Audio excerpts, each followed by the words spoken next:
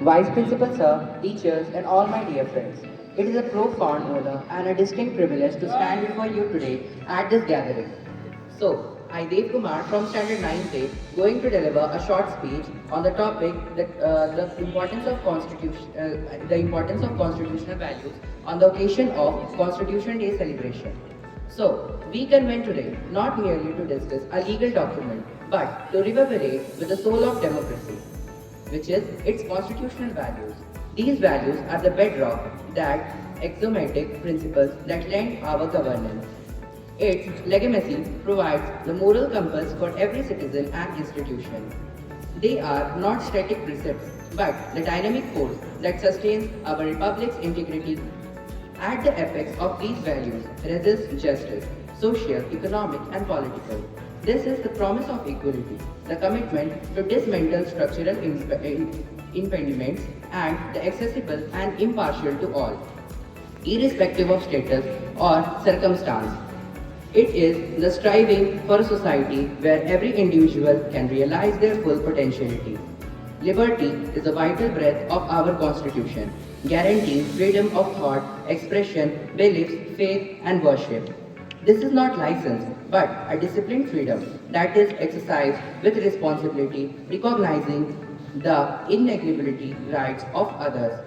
It is the permission to dissent, to innovative, and to live a life of autonomy.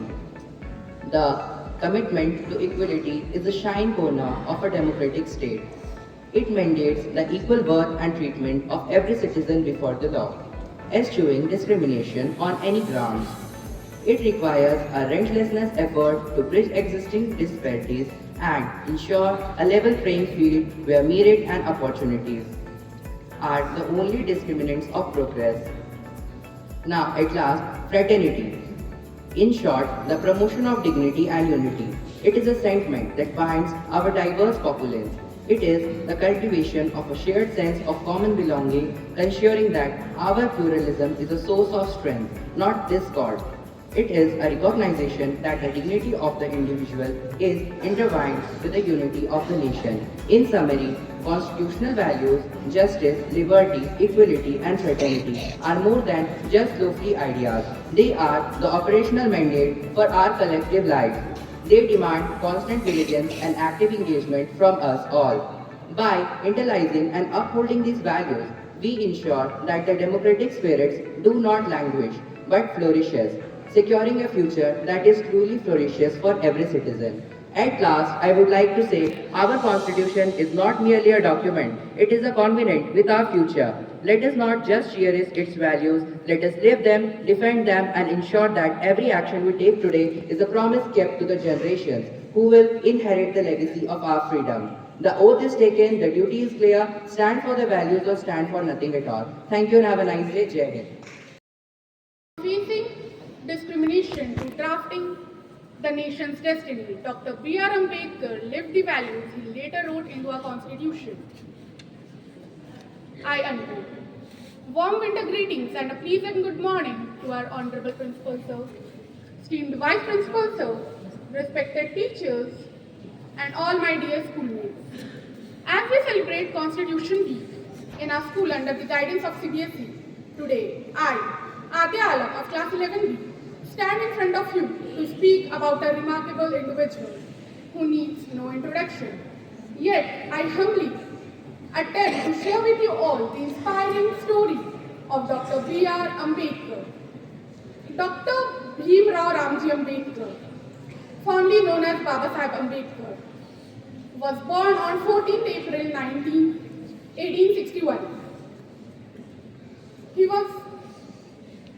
was born in Mahou, officially known as Dr. Ambedkar Nagar in Madhya Pradesh.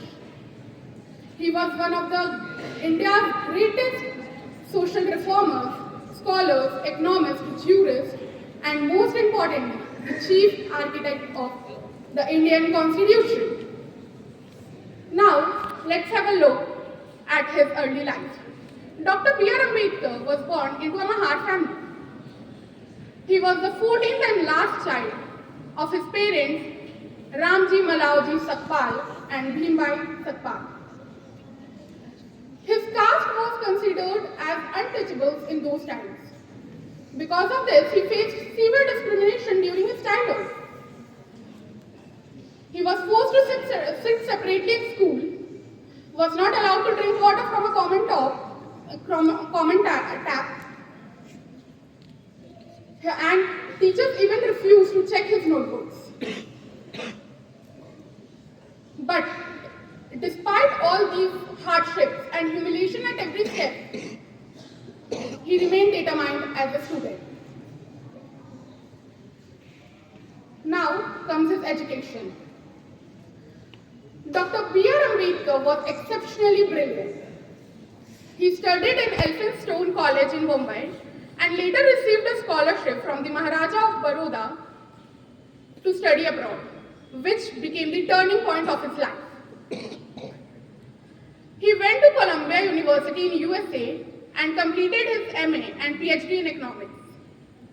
He also studied law in the London School of Economics. His academic achievement made him one of the most educated Indians of his time. Then he returned back to India.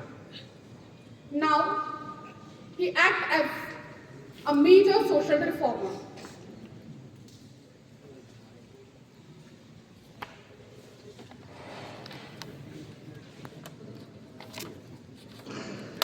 Sorry for the inconvenience. He dedicated his life to fight for discrimination and to promote equality. He led powerful movements like the Mahat Satyagraha in 1927 for the rights of untouchables, to access public water resources, and to enter temples. He founded journals like Mog Nayak, which means leader of the silent, to voice the concern of the oppressed. He also negotiated the historic Pune Pact with Mahatma Gandhi, which secured the reserved seat of the depressed class in the Legislative Council. Now comes the most important role of Dr. B.R. Ambedkar, writing the Constitution. Dr. B.R. Ambedkar played an important role in India's political development. After India's independence in 1947, he became the chairman of the drafting committee of the Indian Constitution. He ensured that the Constitution had strong protections for social justice, equality, and fundamental rights. He even served as the first law minister in the Indian Constitution. Now comes the final step, embracing Buddhism. In his last year, Dr. B.R. Ambedkar made a profound decision. He decided to renounce Hinduism and embrace Buddhism, as he believed that Buddhism provides a path to social equality and self-respect. Dr. B.R. Ambedkar passed on 6th December 1956 in New Delhi, but his ideas live on. He was awarded posthumously Bharat Ratna in 1990 and is still remembered as the father of the Indian Constitution.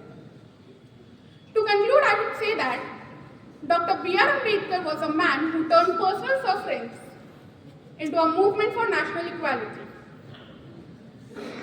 His life reminds us that true progress comes through social justice, education, and courage. As he said to the youth, cultivation of mind should be the ultimate aim of human existence. So, let us all strive to follow Baba Saheb's path of intellectual curiosity, continuous self-improvement, and dedicated actions to make a more just and equal society. Thank you everyone for your kind attention.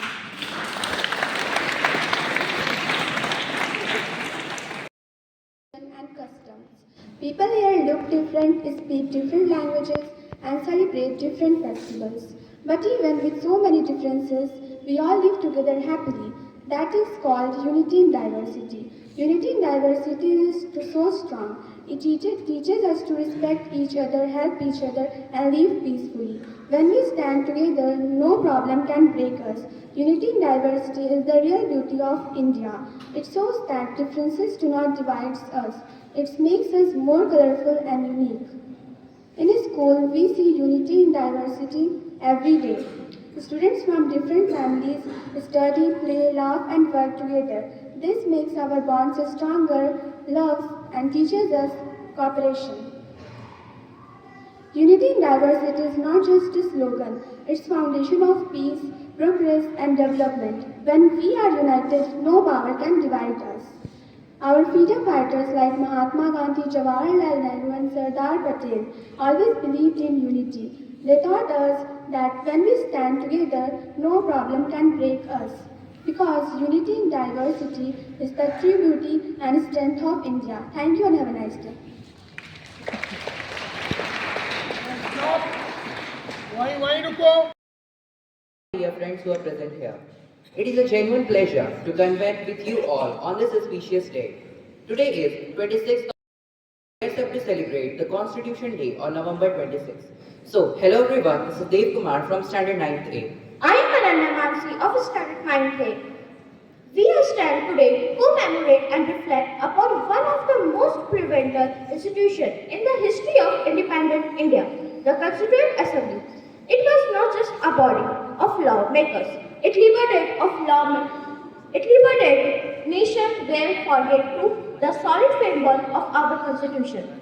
Formation and function. Constituted in November 1946 under the Cabinet Mission Plan, the Assembly was a partially elected and partially nominated body, representing a diverse cross-section of Indian society.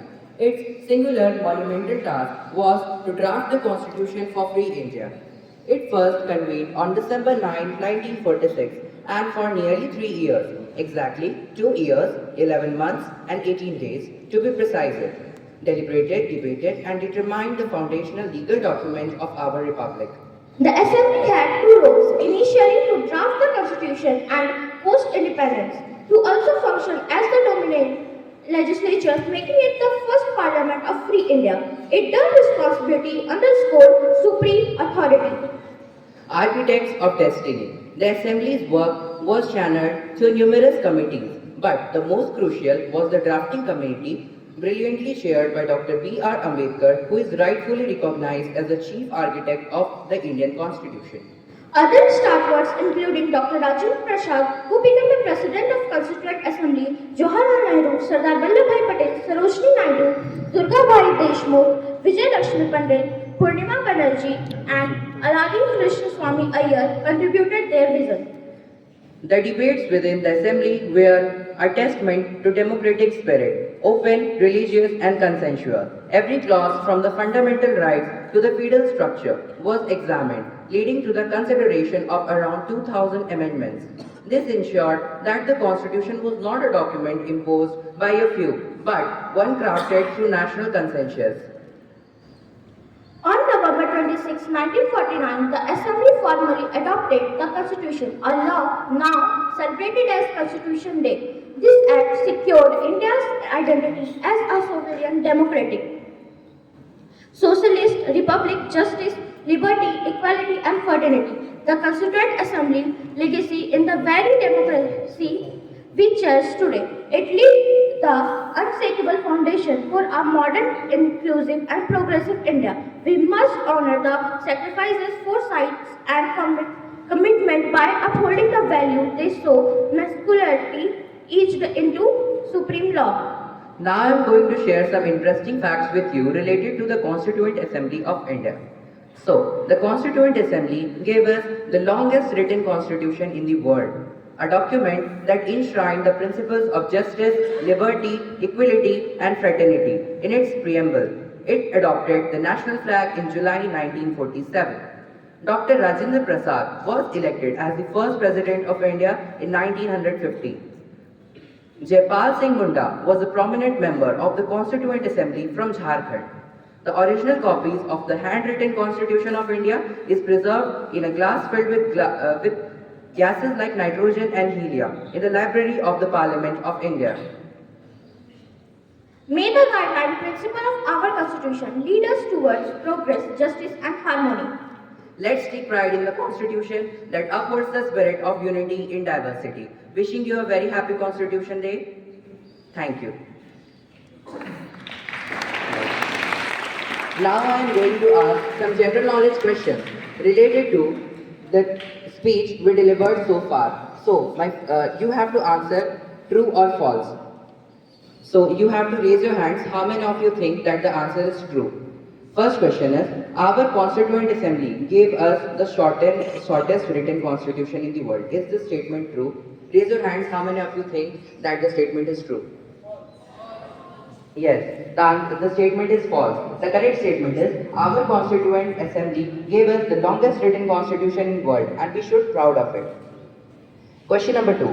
When did the Assembly adopted the constitution? The correct answer is 26th of November 1949, a day we now celebrate as the Constitution Day. Question number 3. Which prominent member of the Constituent Assembly was from the state Jharkhand?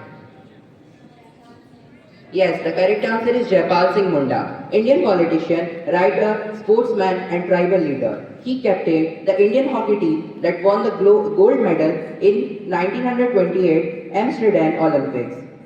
The next question is, our original handwritten constitution copies are preserved in which gases?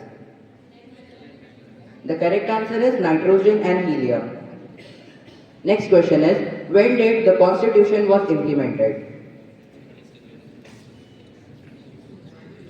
The correct answer is 26 January 1950, which is known as Republic Day.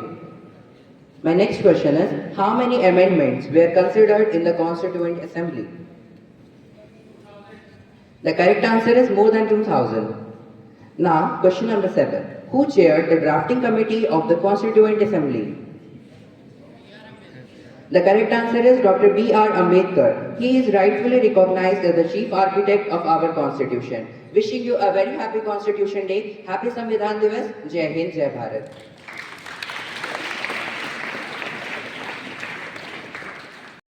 A very warm and glorious good morning to our respected principal sir, honorable teachers and one and all present here.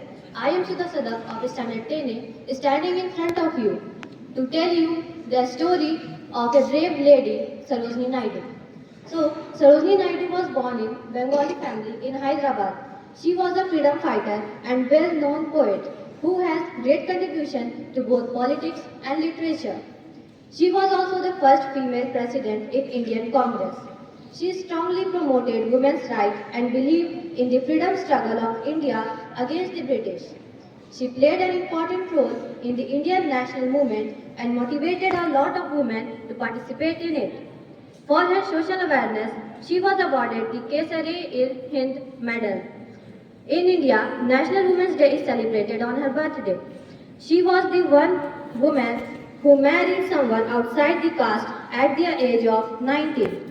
Intercaste weddings were uncommon before independence, but she defied society and married Pandit Govind Naidu. She was greatly influenced by Mahatma Gandhi and also adopted many of his beliefs. She was one of the Indian most well-known poets because of her lyrical and musical style, which involved multiple rhymes and rich imaginary. Therefore, she was called the Nightingale of India or Bharat Kokila by Mahatma Gandhi. She was an incredible poet who has the ability to write poems for all. She has astonished children with her skills. She also implanted patriotism with the help of her critical poems. Sarojini Naidu's life continued to inspire people around the world. She broke barriers in literature and public life, showing us that talent and courage have no boundaries. As a poet, she gave voice to Indian tradition and dreams. As a freedom fighter, she stood for justice, equality, and unity. Her contribution to the Indian independence and her effort to empower women will always be remembered and celebrated. Thank you for your kind attention. Have a nice day ahead. Jai Hind, Jai Bharat. And that is Constitution, law, rule book. The time when our country got independent, we had a large number of problems. The very first problem was the disputes, the conflicts that were there in the name of religion that led to the partition of our country also. The dispute, the conflicts that were there in the name of languages that led to the formation of various states. And the most important was accommodation of social diversity. You all are aware that how diverse we are, what degree of differences exist in our country. Differences in all respect we find when we move from one state to another. What to talk of the entire country. Differences in the name of language, in the name of culture, traditions, beliefs, religion, and the uphill task, Herculean task was to bind these differences into one, unite them into one as country, mean the citizen of India. And that was not that easy. This was made easy by the rigorous task, the rigorous hard work which our constitution makers did in 2 years, 11 months and 18 days. They studied the constitution of the entire world. They didn't leave any of the constitution of the world. Went through page by page and extracted the good things which could suit our society, which could suit our traditions, our beliefs, our people. Those good things from all the constitution of the world were extracted, put into one, and that is how our Indian constitution came into existence. So a huge efforts were made by these constitution makers. And it is their effort that made us stand today here, representing different beliefs, faith, religion, languages, but standing here today as one citizen, that is Indian. Yes, what happened? Why are you talking? Proudly say today we are Indian, and it is all because of our constitution. So today is a very, very important day. What values, what ideals our constitution makers enshrined into our constitution, that we have to remember, recall, and live. Not only remember, recall, and know, but to live in reality, forgetting our differences for the growth and prosperity of our country. Unless and until we forget our differences, we cannot imagine for our country to be a superpower by 2047. Everybody is talking about our country to make it a superpower by 2047. This all will happen only when we will forget all our differences. We will unite, we will work with a resolution, with certain ambitions and aim to make our country a superpower. Why this year was selected, can anyone tell me? Why 2047? Why 2048? Why not 2048 or 2045? Because this year we are completing 100 years of our independence. And that is why, in order to celebrate the 100th year of our independence, our Prime Minister has decided that this year, by this year, we have to have our country as the superpower in the world. And in that, this generation is going to play a very, very important role. I tell you. Because today, you are here 12 years, 13 years, 14 years, 15 years, 17 years, 18 years. But in next 5 to 10 years, you are going to contribute. your part. You are going to play your role in shaping the future of our country. So, always feel proud that you are Indian. Always feel that this country belongs to you. Never ever think that what country has given to you. Think for what you are going to give to the country. That is most important thing, should remain in your mind all the time. Since today is Constitution Day, so it is very important to take a place, especially the preamble, which each one of us as Indians should read out as a place. So, I also have preamble for Constitution in my hand, and I want that each one of you should be in the place position. I'll read it out, you have to repeat after me. Please be ready in the place position. Teachers, of India,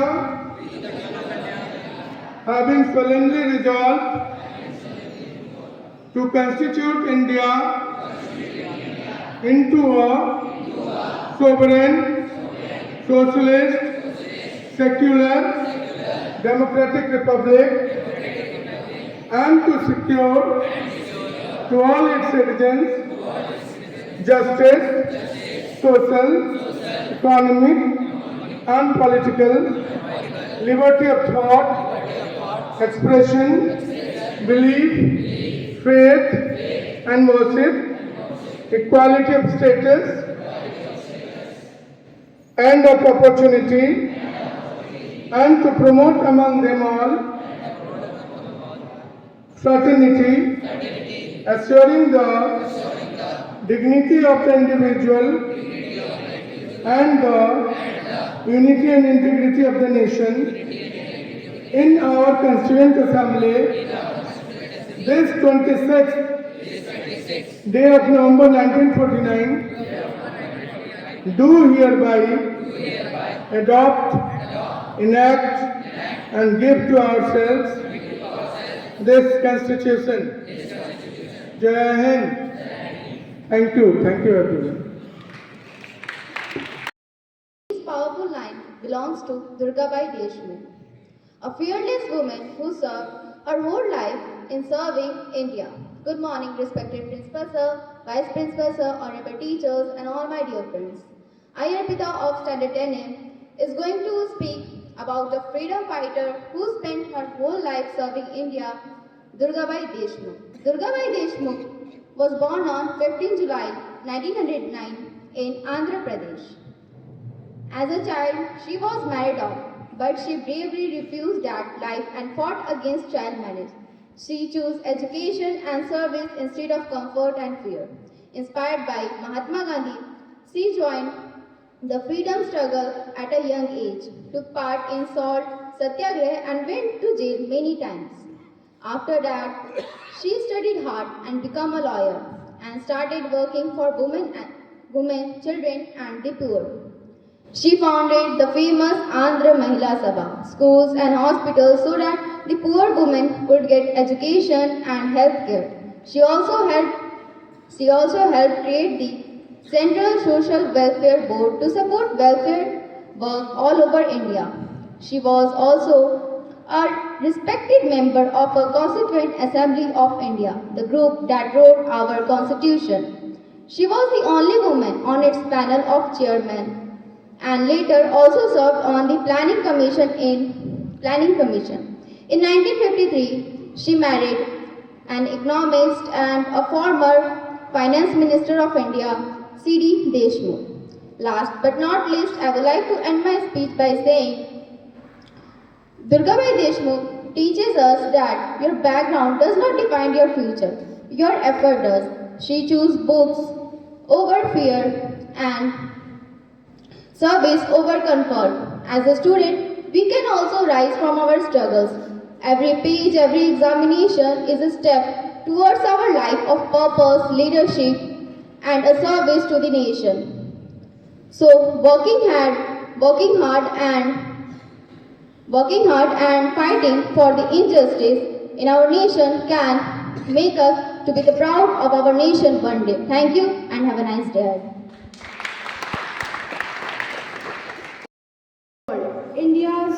Constitution of India is the supreme legal authority which finds the legislative, executive and judicial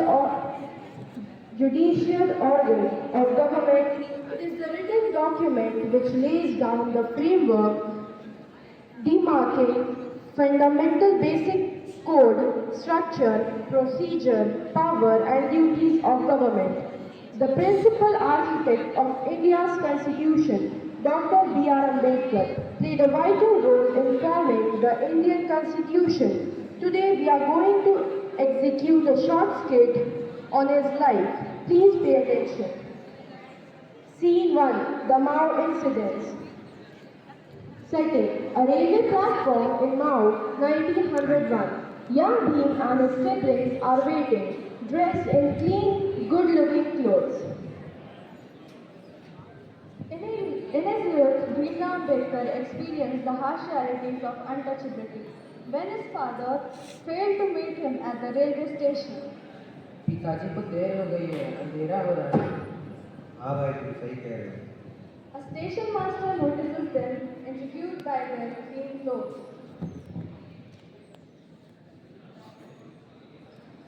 तुम बच्चे कहाँ जा रहे हो? तुम अच्छे परिवार से दिखते हो। क्या तुम ब्राह्मण हो? नहीं महोदय, हम महास है। क्या महास? तुमने ये मुझे पहले क्यों नहीं बताया? किसी चीज को मत छूना। After hearing their task, क्या तुम इन्हें छोड़ दोगे? the हाँ। station master refuses them to तुम बच्चों को कहाँ जाना? हमें अपने पिताजी के ऑफिस के पास जाना है। तुम किस जाति से हो? हम महास है। क्या महास? तुम्हें बैठाकर मैं अपनी गाड़ी दूषित नहीं करूँगा।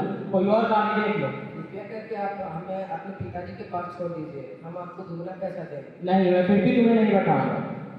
This incident brought a lasting impression on Bhim, revealing the absurd and deep-rooted nature of caste discrimination that strips people of their basic humanity. Scene 2. The Promise of Education. Setting: a small office. Young Bhim speaks to Mr. Gakwar, an official from the princely state of Baroda.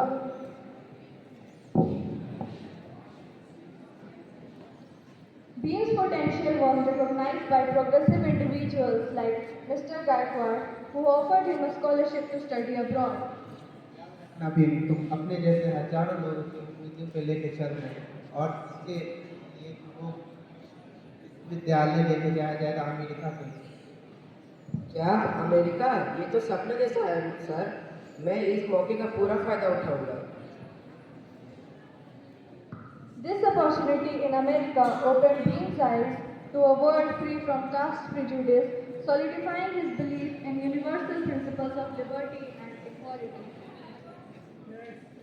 Scene 3. The Fight for Rights. Setting: a village meeting placed in the 1930s.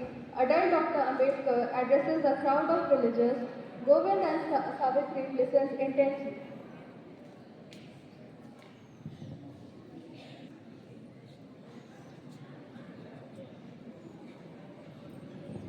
हम बहुत लंबे समय से धैर्यवान रहे हैं। हमें अपने पैरों पर खड़ा होना होगा। अपने आत्मसम्मान की कीमत सुनकर हमें शर्म आती है। आत्मसम्मान जीवन का सबसे महत्वपूर्ण तत्व है। लेकिन बाबा साहेब, उनके पास तो सारी जमीनें हैं। वो अपनी मर्जी से दुकानों को चलाते हैं। हम उनसे कैसे लड़ सकते हैं? हम राजनीतिक और संगति के साथ लड़ रहे हैं। हमें एकजुट होना होगा, संगठित होना होगा। हमें एकजुट होना होगा, संगठित होना होगा और शिक्षित होना होगा। हम दान नहीं मांग रहे हैं, बल्कि हम न्याय और अपना हक मांग रहे हैं। ये सच कह रहा है। मेरा बेटा काम स्कूल में नहीं जा सकता, इसलिए स्कूल बंद करना होगा।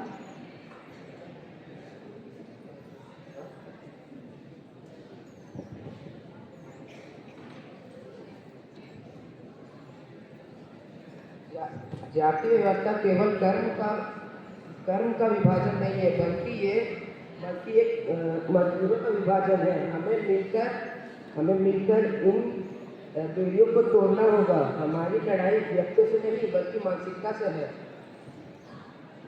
Dr. Ambedkar's powerful words sparked the movement leading to mass mobilization and political demands for affirmative action and legal rights for the scheduled castes. Scene 4. A lasting impact. Setting. A modern library. Two students are discussing Dr. Ambedkar's book, Annihilation of Caste. Dr. Ambedkar's writings and life work remain a radiance for social reformers and activists around the globe.